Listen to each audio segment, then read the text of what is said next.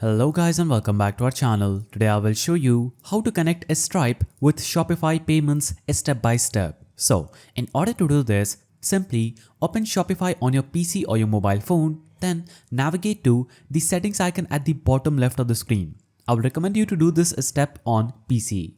So navigate to settings at the bottom left of the screen and you'll be on this page. Here, you're going to simply click on the payments option from these options and it is going to show you this page where you can easily choose a payment provider. Click on choose a provider. It is going to show you this page where you will see Stripe at the top. You can just click on it and if you don't see that, simply search for Stripe, click there and it is going to take you to another page where you can easily add Stripe by signing in using your email address on this page. So just add your email address, click on submit, follow the prompts and you would have successfully connected Stripe with Shopify. Now, another way to do this is click on add payment method under supported payment methods, then search for Stripe here and you will get the option to add Stripe.